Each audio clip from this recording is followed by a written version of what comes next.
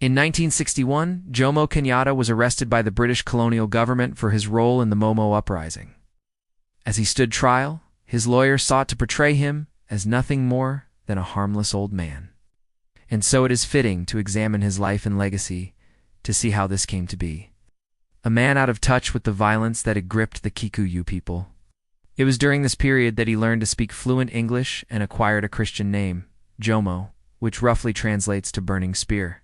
The following year, the British detained him because of his membership in the organization. Kenyatta returned to Kenya in 1952 after the British authorities granted him citizenship. These efforts resulted in the formation of the Pan-African Parliament in April of 1959, which brought together representatives from across the continent to discuss common issues and challenges.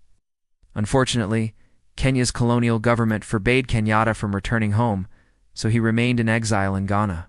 However, his return was short-lived, as the same year he was arrested and charged with the crime of being a member of the illegal Kikuyu Central Association. Additionally, the British government realized that they could not win the war in Kenya, so they made peace with Kenyatta and appointed him Prime Minister.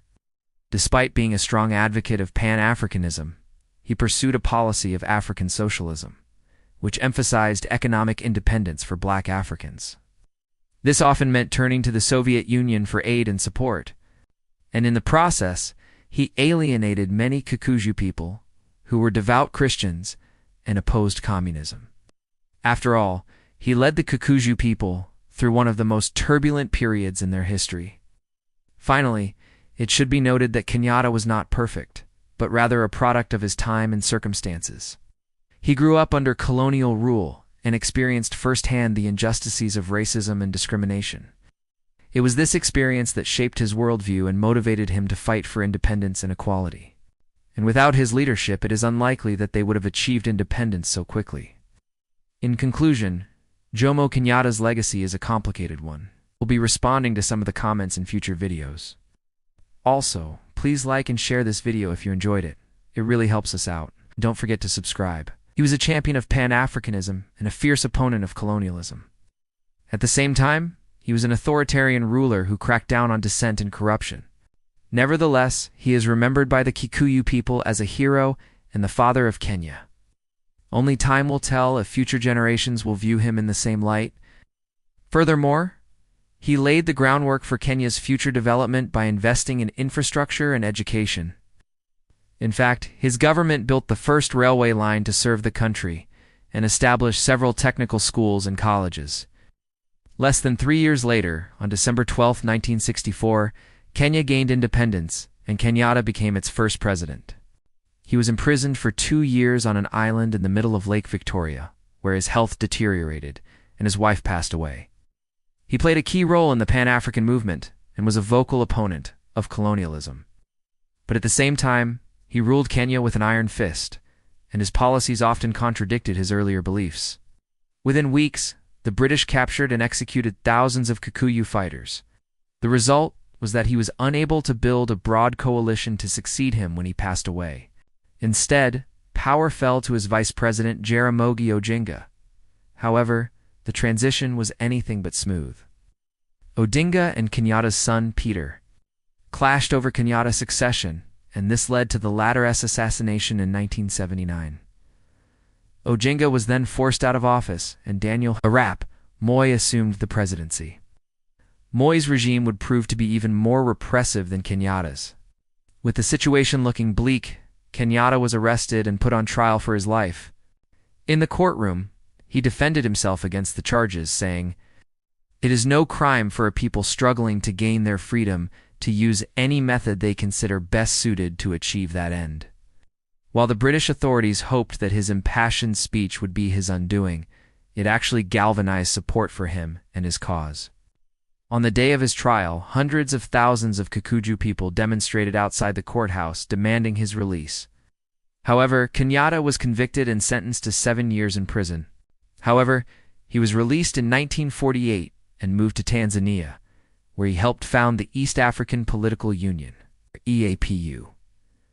There he met other influential Pan-African figures such as Julius Nyerere and later Kwame Nkrumah. As a young man, he became increasingly aware of the injustices that his people suffered under colonial rule. And so he began attending political meetings and traveling throughout Kenya to speak with other African leaders about the possibility of independence. But Kenyatta rejected this feeble defense. "I have been called a field marshal," he proclaimed. That's when he declared, "If it is a war they want, a war they shall have." When Kenyatta finally returned to Kenya in 1961, he did so as a changed man, discarded his earlier opposition to violence, and instead took up arms in order to fight the British. Under his leadership, the Kikuyu people launched the Mombasa uprising. "I were one, it would be my duty to lead my people to freedom, even with arms." In the end, he was sentenced to 7 years in prison, but served only 3 before independence. Upon his release, he immediately assumed the mantle of prime minister and led his nation to full sovereignty on December 12, 1964. He would serve as Kenya's first president, till his death in 1978, despite his sometimes brutal rule. Jomo Kenyatta is today considered a hero and a father of the nation in Kenya. Jomo Kenyatta was born Kwame Njenji in 1924, the son of a local chief. His father, Musa Njenji, was known as the White Wizard or the Black Wizard, as he was skilled in traditional medicine and Kikuyu customs. The family was Kikuyu, the largest ethnic group in Kenya, which at the time was known as British East Africa. During Kenyatta's early childhood, the British began their effort to colonize the region, taking land from the Kikuyu people and forcing them onto small plots, which they could only use to grow food for themselves. This process of dispossession would have an impact on Kenyatta and his future political career. In the 1930s, Kenyatta left home to work as a houseboy in the homes of white settlers.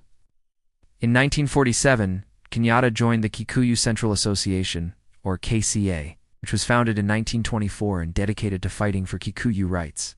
EAPU advocated for the union of British East Africa, Belgian Congo, and Portuguese Mozambique as a step towards independence.